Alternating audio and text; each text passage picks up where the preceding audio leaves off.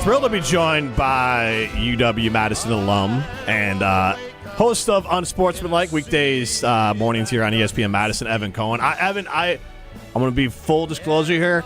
I'm really bummed because I was going to give myself a big pat on the back. I listened to Unsportsmanlike this morning. I stole an idea of yours, just like Molly Brown steals takes and you steal Molly Brown's take. And I had this whole big thing ready to go. And instead, it's all ruined by the Badgers creating a story out of nothing. That's the first question I have for you is why are you announcing that you're keeping a guy that is already under contract? That's how bad things are that you have to announce, hey, we're going to keep this guy who stinks right now.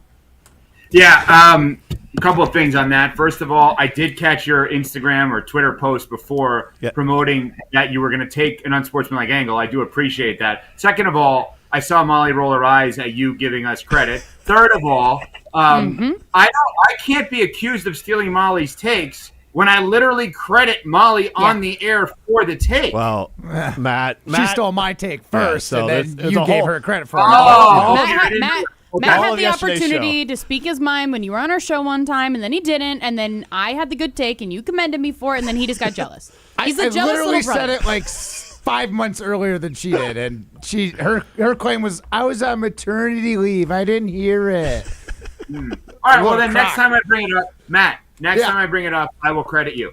Oh, how about that? Don't ever bring the take up again. I don't need the credit. I just wanted He does, clearly. I need Molly to know that. Honestly, the person that literally needs the credit the least is you, who, I'm sorry, why are you out next week? I'm dabbling in some curling. It is the United States Olympic trials. I will be making an attempt for my third run at the Olympics. Trying to get a second medal. Let me answer Jim's question. Okay, so I think what this screams out today is that our school doesn't have the funding to provide us options. And that does not mean necessarily firing Fickell. I think people hear that and they automatically think that that's where we go. That could literally mean, let's go get a price for Arch Manning, who is not going to transfer, but let's blow him out of the water where he has no choice but to come to the University of Wisconsin. That's what I mean by funding. If you have enough money to provide you optionality, you could keep the coach, you could buy the coach out, you could get the coach better players, you could potentially say the coach is the problem and then a new coach would get better players. So I think what the decision was today is because we don't have the funding, we actually need a head start on clarity for recruiting so people don't turn their backs to Wisconsin because they don't know who their coach is going to be. The problem with that is, do we think that people are now going to come to Wisconsin with open arms because of the head coach? That is the challenge he is going to have. But I want to point out one other huge thing that I don't think enough people are talking about. And I know this just happened. I don't think this guarantees that he's back next year. I just think it guarantees if he's not back, whose choice it is. And the choice would be his and not ours. That's what I think people are missing here. This does not prevent Luke Fickell from saying, you know what? I realize what everyone else realizes. It didn't work. And that I see this job opening, and I think it makes more sense for me, and I know that I can get it, so I'm going to go get it. That's what I think people are not actually focusing on, is that possibility is still out there. So he wants to be... You think Fickell just wants to be the dumper and not the dumpy? No, I actually don't. I don't think he has anything to do with this, Matt. I think this is the university saying we are going to give this guy the best possible opportunity to win next year by providing no doubt as to his future. That doesn't mean he couldn't dump us. Right. Jim, I can hear you with all of this. What's going on, Jim? Thank you. Just say I was going to yell in Ryan's ear and then just thank you. He's a loud talker. We can all hear you. I heard you say I'm sorry, too. I'm trying to get a clip ready because I asked Nicole Arbach today on the Jump Around. That's our ESPN Madison, ESPN Milwaukee dedicated Badger show. Specifically, it's hard to do this with Jim in my ear as this is happening. Exactly. Would Luke Fickell want to leave the program? This is before the news came out because we taped with Nicole on Wednesday. I asked her, would Luke Fickell ever want to leave? So that's what I was trying to pull the audio for. I'm sorry for talking too loud. I'm also in a different spot because things stopped working in the studio. Don't even. Molly broke my headset. No, I didn't. So, okay, let's go through this. They announced this today because we don't have money, right? Let's be honest. I mean, they announced that like 2 weeks ago when Chris McIntosh sent out that whole thing to ticket holders. Yeah, I'm Jewish, so I don't go to church, but I've seen in the church where they have the basket where the people put the money in, right? Mm-hmm. For the church. That's what we did 2 weeks ago, right? Yep. So then what we realized is we didn't actually get enough money, so we don't have options. So this guy's coming back, and the money we have, instead of using, what's the buyout number for Fickell? Do we know what that 25, 26 million? Okay. So let's say we have 10 million. So instead of putting that 10 million towards the 25, 26, what the announcement today was, hey, recruits, transfers, NIL, we got 10 million to spend now. Don't worry about the coaching situation. We got 10 million. 10 doesn't get you to 25, but 10 gets you maybe a new couple of players in the mix. That's what they decide. They know they can't get the money because they're starting too late. The other thing this did, and by the way, I have never said to fire Fickell.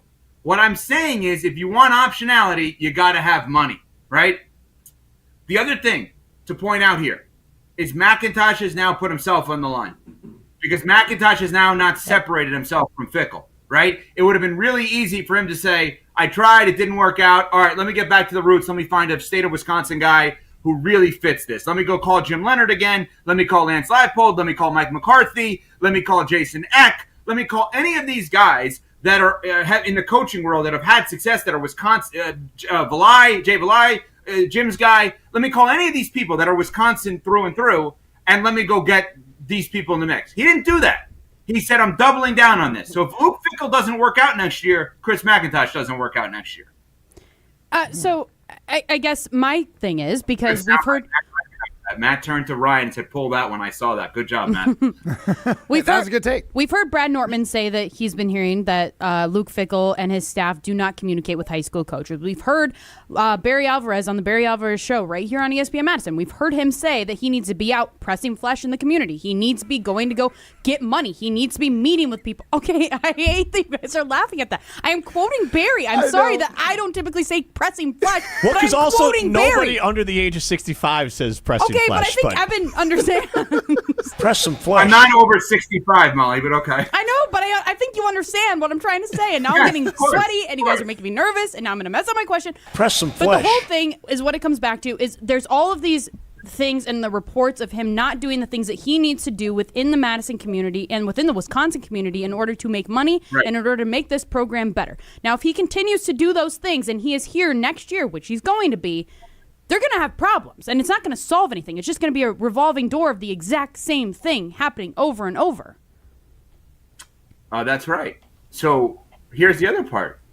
This is not going out in the community and getting the money, because when you do that and you're a new coach, you're starting from zero, right? So any dollar you get is +1 and beyond, right? That's like you're starting from scratch. Oh, like Jim has worked in sales for a long time. I worked in sales. When you start in sales as a salesperson, a company hires you to do sales for whatever it is. Any dollar you bring in is a dollar more than you had the day before. In Fickell's case, any dollar he brings in is getting him back to zero. Not getting, like, he's got to even this thing out, because right now there's a negative vibe around him. There's not a neutral vibe to positive. It's fine. Positive vibe is great. Negative vibe means any money coming in, any goodwill gets you back to neutral.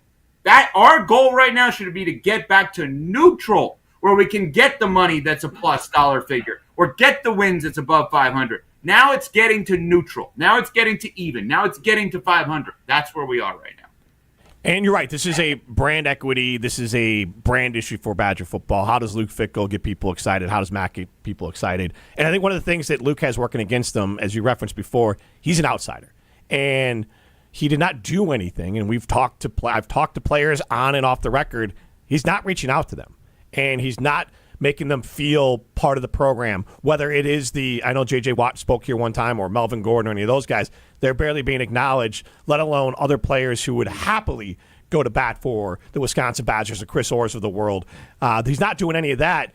do you think the next smart move for Mack and Fickell is to find some way, whether it's a president of football operations or someone else in the program that has strong Badger ties, like make Joe Thomas GM or something along those lines, at least to get people excited about the program and have someone in there they can trust?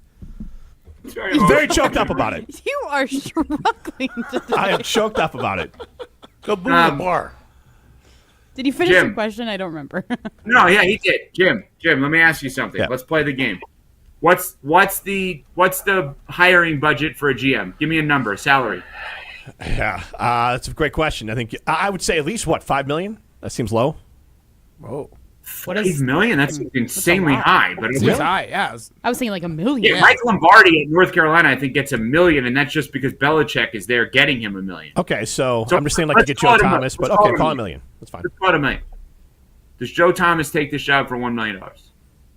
Like you have to rely on the kindness of your alums. Like, hey, I'll put my name out there and I'll take this one. Joe Thomas yes, take I the think job Joe for Thomas $1 is million? the type of guy that would do that. I feel like he cares about the program and he might. I think he cares about the program so much that he wouldn't do it. And he would say, I don't want to be blamed for this if it's a mess right now. I don't want to have, in my retirement years, where Joe, I know Joe, you guys know Joe, what does he do? He does all positive things for all these people. Mm-hmm. And, like, this is like a negative thing. Why do you want to do that? Okay, so he says no in my mind. Does J.J. Watt do it for $1 million? Hell no. Does Russell Wilson do it for $1 million? Hell no. Does Big Cat do it for $1 million? I'm being dead serious. Maybe. I don't know. I don't know. But the job may be exciting for him. Yeah. Okay. I mean, well, that's what I'm thinking. Branching out, maybe. I'll tell you what I would do. There's one person I would give the job to. Evan Cohen. And it would suck for us. No. It would suck for us. I'd say to Mark Tauscher, what do you want? Leave everything else. You're not allowed to do anything else but this. What do you want? He's the only person that I would believe in that could fix this right now. And Tausch wouldn't necessarily be breaking down game tape or anything like that. I don't want him doing that. Not that he can't. But you don't think Tausch, you give him $1 million, all of a sudden he's on the phone, he's meeting with every high school person, every person in the country, he's getting the right people in there. Who believes in that program more than him? What's the press in the flesh? Who presses the flesh more than Tausch? Good point. You know, he's got a connection to all the great players better than Tausch. Right. I mean, that's the guy. You want to ingratiate yourself. And the crazy thing is, McIntosh played with him. It's not like he doesn't know him. Go get Tausch. I don't know why. I was gonna say maybe don't, but I'm just telling you, that's what you need. You need someone who believes in this through and through, and someone who would do the job. Or go get Brooks Bollinger. yeah. Go get somebody who understands this stuff. Evan, what does Luke Fickell need to do next season then in order to not be fired mid-season or be able to return to finish out his contract? Can I give you a hot take? Yeah. Please do. I think he's going to leave When? after the season. After I think this he's gonna season. Wait, after I think this this- season or next season? So this season, Oh. I think he's going to find the job and get out. That's what I was going to ask. Apparently I can't talk anymore. I don't know what's going on. Jim, So choked Jim, up. Yeah. not a big day in Madison today. It's good that No. you can't talk. Nobody's Yeah, no, it's talking perfect. Madison sports today. Yeah, no, Yeah, it's good. nobody cares what I have to say. I thought he could pull a Gary Anderson, and the Badgers would be thrilled about that. Where Gary found a job on the side. I think that's what could be happening. I just can't see him going through 16 more games for the Badgers hearing fire Fickell every time he's at home. Like, why would you even want to be a part of that? Well, so hold on, I lost my question. I'm sorry. That's because You I had guys such really a good comment. What was I going to ask? All right, first of all, Matt. Hey, Jim, Matt Molly here in ESPN Madison. We're joined by Wisconsin alum Evan Cohen from Unsportsmanlike weekday mornings 5 a to 9 a here on ESPN Madison. You guys can't do a show, so I'll just do it for you. Do you have your thought, Molly? No. Okay, goodness gracious. I got nervous. I would Stop. imagine that this is a make or break year for Fickell, though. You said 16. It's You going don't to be say. 4 more this year, 12 next season. Yeah, but they're not all at all home home next games. season. I thought you were yeah, counting no, home games. Yeah. But then I was like, I Fire realized Fickell at Lambeau But Field. here's a better point. it would. Then Would what do you happen. do? Absolutely. But what do you do if it's, again, bad? than do you fire him in the middle of the season and now you're Well, where you were 4 years ago? Making a comment on This has happened. Billy Napier, University of Florida last year, they sent out this big press release saying he's our guy, he's not getting fired, we're bringing him back. They brought him back, he got fired midseason. Yeah. I was just more commenting on Evans. Go ahead, Matt. On your hot take that you think he's going to leave after the season. I wouldn't blame him. The last 4 games at home, he's been fire Fickell chants have rung out in the stands. He deserves it. You've had an empty stadium. I'm not saying he doesn't. I'm just saying, how do you even deal with that? You had your shot. This is your 3rd year. That's the quantifying year that Molly put on it for judging people is 3 years. So I just think that's. Yeah, you're right. I did put that wouldn't on do it Twitter. anymore. Thank you for telling me that was my take and not yours. You're right. That was my take. Trust me, Molly. I knew what I said. But then is he going to get in prime time or someone look something up for me or any of you? Who is the Cincinnati coach? How is that coach doing? What are his ties to Cincinnati? Could he leave and could that job be open again? Ryan's our quasi-Cincinnati expert because he's got family down there. Go ahead. So my entire brothers. My brother is married. People from Cincinnati. Let's go. Hold on. We're struggling. My brother's wife is from Cincinnati. Their entire family are all UC grads, and they hate Luke Fickell for what he did and left them. And they now have Scott Satterfield, and they're now a top 25 program. Now they did get stepped on by Utah last week, so it was a bad week for the Bearcats. But they are actually a top 25 program who is in contention for the Big 12 championship right now. They are doing leagues better than the Badgers at this point. Right, but here's the thing. When you say, they hate him on the way out, right? Would we take Brett Bielema back? Yes. I don't even like Brett. Would we take Paul Chris back? Potentially. Yes. But I think Oregon State's going to take Paul Chris. Gary Anderson? No. Barry Alvarez. Yes. My point is, could there be a job that makes sense for Fickell? I'll give you another one. I don't think this would happen, but there's another connect the dots one. If Jed Fish, the Washington coach, gets Florida, where he went to school, which has been rumored, and Washington is looking for a coach, the AD at Washington has tried to hire Luke Fickell before, just not at Washington. He tried to hire Luke Fickell at Jim's alma mater at Florida Atlantic University when he was there. So I'm just saying there are dots to connect. I'm just not ruling out the idea. Yeah, you can go next, Jim. I'm not ruling out the idea of Fickell. You're on TV. I don't know about TV because I can't see the screen because I had to move spots. Oh, so. that would I feel. This is how you do every single interview. Every day. Let's just, yeah. Okay, so what happens if Washington gives Wisconsin a major beat down this weekend? Then is the Washington AD as attracted to Fickell as he was before? Well, that's the problem. It's did they call down hey, can you just not go too far on this in case you go to Florida? I'm just saying to you, I think we're naive if what Matt said is correct. Do we not think that Fickell doesn't like it also? It's just not a fit. It hasn't been a fit. And they're going to continue to try to make it a fit. And I don't blame them because, again, no one ridiculed the hire. We all celebrated the hire. It just hasn't worked out. And now we're going to sign up for another year of this. I think this is just we don't have enough money to make a decision. We need to use the money to get players regardless of the coach. And the coach is not going to necessarily like being here. And he's probably still going to look around also. That's my bet with all of this. I don't hate that bet. The question I had for you is the idea of opportunity cost of Jason Eck. Let's use him specifically. You mentioned all these coaching positions open. He's not going to go to Florida, but there could be a backfill where he continues to move up from New Mexico. And I'm not saying he's just going to chase every job, but he could have a big-time job after this season and what he's done at New Mexico, turning him into a bowl program immediately.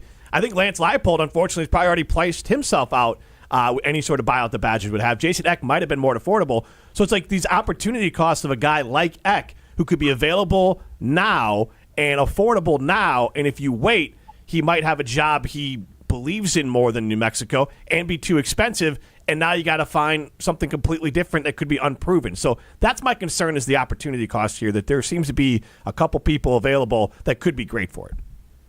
Okay, so when you look, I'm just looking at the openings, Jim.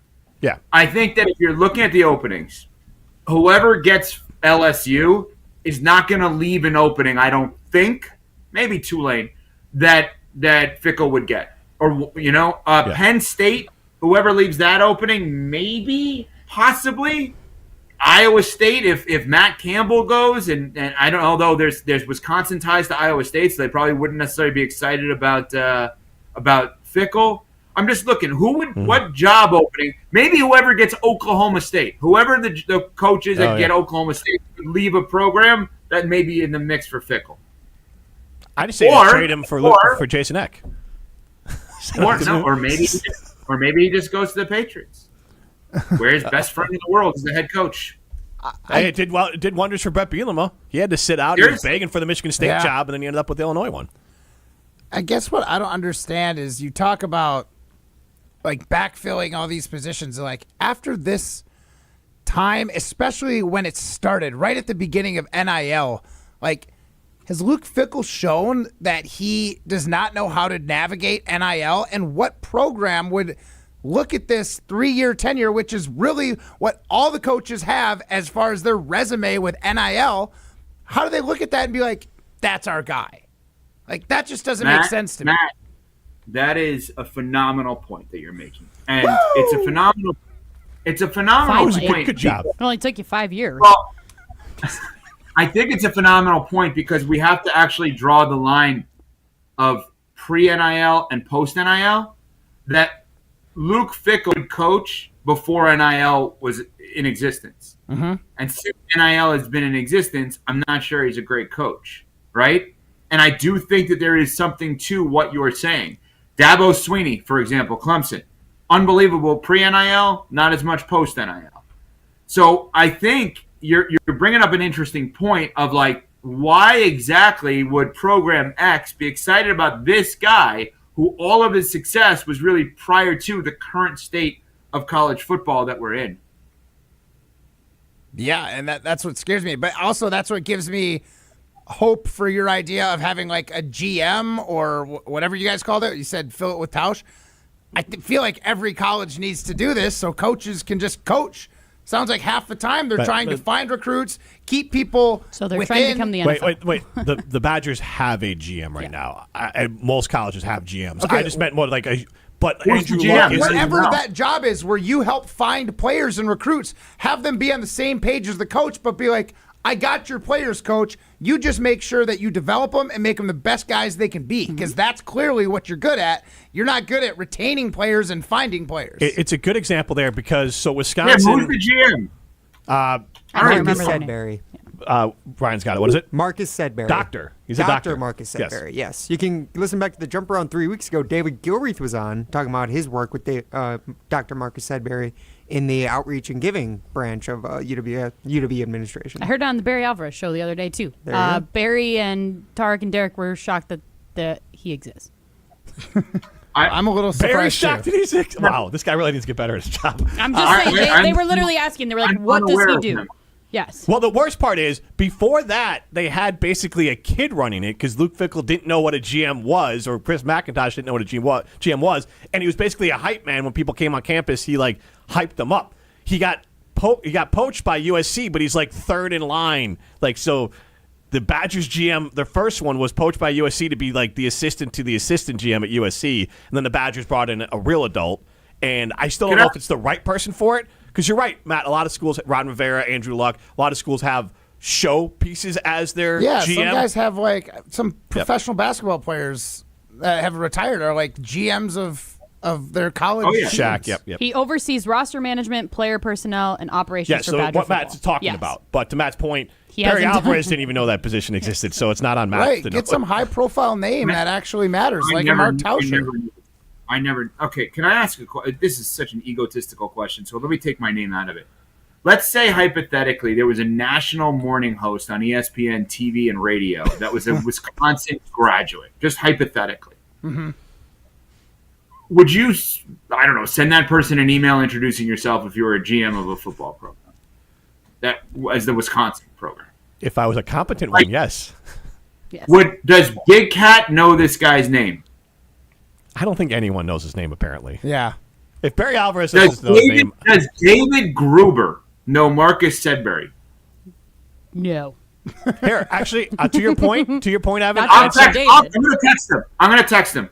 Okay, because I have it. I'm going to right now. Okay. One call, that's all. So you're going to make that one call, that one text, that's all. And what I will relay that from someone who would know. Right, so I'm texting David Gruber and his best friends. Okay. So I will say that. So I'm going to write. Here's what I'm going to write. Yep. Without looking it up. Do you know? I shouldn't do this on the air. This is bad. Do you know who? What's his name? Dr. Marcus Sedberry. Did you need me to spell it for you? Yeah, S-E-D. S-E-D. Berry. Yeah, B-E. Okay. All right. And while you're doing that, I mentioned it earlier in the show, and I mentioned on the jump around that some people who are givers and donors to the program and know the John Menard have said that Menards has not been seriously reached out to. $1 billion industry, $1 billion company, $1 billion owner, and John Menard has not been seriously reached out to, is what I've been told by the Wisconsin Badgers. And all you have to do is look around Camp Randall. There's no Menards things around there. He's the 78th richest man in the entire world, worth $25 billion. And they're building an athletic center. You could Bupkis, right? Yeah. Hey, how about we plaster Menards all over this? Right. We make a deal. Are we being unfair? Maybe. Right to who? I know. I'm just asking the question. I'm not trying to be insulting towards anyone. I think that this guy, Marcus Sedberry, is probably wonderful. I probably would love him if I met him. Mm-hmm. I don't know. I mean, here. Let's do it this way. Let's do it without making this about Dr. Sedberry. I just think that, in my concept, in 2025, if you're a GM of a football program in college, everyone in the community has to know you. That's not a football job. That's a sales job. Yep. Yes. And to add to that, I don't think we're being unfair because in my other job here at ESPN Madison, I talk to a lot of business owners, and they're always complaining. Let's be honest. This is your other job. That's your job. That's very, very true. This thing is your other job. Yeah, with the way you're performing. Yes, absolutely. Hopefully, this is still my other job. So with that, though, most of them complain about either working with the Badgers, not getting the bang for their buck out of the Badgers, or the Badgers just asking for money with them. What's in it for me? So there are a lot of complaints from, forgetting even the John Menards or the David Grubers of the world, just regular old business owners who would be willing to give some money are saying the Badgers either come out hand, kind of just give us money because we're the Badgers without any real plan for it, or they're not even asking them. So I want to point that out, but also I do have an exciting programming note that Chris McIntosh will be joining Wilde and Tausch tomorrow on ESPN Wisconsin on Wilde and Tausch. This is tomorrow AM. I don't have a time on it, but Mac is joining the show tomorrow morning on Wilde and Tausch, and that is just sent to me by Ashton. So that's very exciting. So we will hear from... I would like to address something. Yes. Please put this out there. Chris McIntosh, when you appear on Wilde and Tausch tomorrow, on the air, ask Mark Tauscher for money. God, that'd be amazing. Rubbish. And a lot of it. Perfect. Yes. Just offer the GM job to Tausch on the spot. There you go. The Tausch just leaves. No, ask for money. I accept. If you won't give me money, then take the job. That's how you can do it. Yeah. But no, for Good what idea. it's worth, I don't think we're being unfair at all. If anything, I think we've been pretty honest today. But I don't think we're being unfair to the program. One more thing. So, Molly, one more thing. Yep. And please make sure this gets out there. I love the University of Wisconsin. I want the football program to be great. I want my kids who are 12 and 9, who had an amazing experience at a game against Middle Tennessee earlier this season, to come back to Madison and feel the environment that is the best football environment in America. I want that feeling back. I want the fans to love it. I want the fans to contribute to it. I want the fans to feel like they are a part of it, regardless of if it's Luke Fickell or Chris McIntosh or anyone else. The school needs to be revived with this. We need to get everybody back. If the former players and the big personalities don't believe in the program, it is your job to get them to believe in the program. That is part of this now. When I went to school from 98 to 02, it was rock concert after rock concert every Saturday night. If you weren't there, or Saturday afternoon, if you weren't at Camp Randall, you were missing out in such a huge way. There was a feeling that made all of us. I'm from New York. there's a feeling that made all of us fall in love with the greatest school, the greatest campus, and the greatest football environment in the world. We want the greatest football program back. I think it's a great way to end it. Yeah, well said. 45 minutes past our time. So, Evan, thank you so much. Great content. Really appreciate it. Ryan, I'm sorry. Yeah, it's fine today. Okay. Ryan, just make sure you get that stuff out there. Yeah, I'll get every one of marked those. it. You just make sure it gets out there. Oh, don't What's worry. worse, our time management or Fickell's tenure at Wisconsin? I'd say Jim's voice. Yeah. Yeah. Fair. Third that's- option. Somehow I was not the worst sounding guy in the show. All right. Thank you, Evan. Debatable.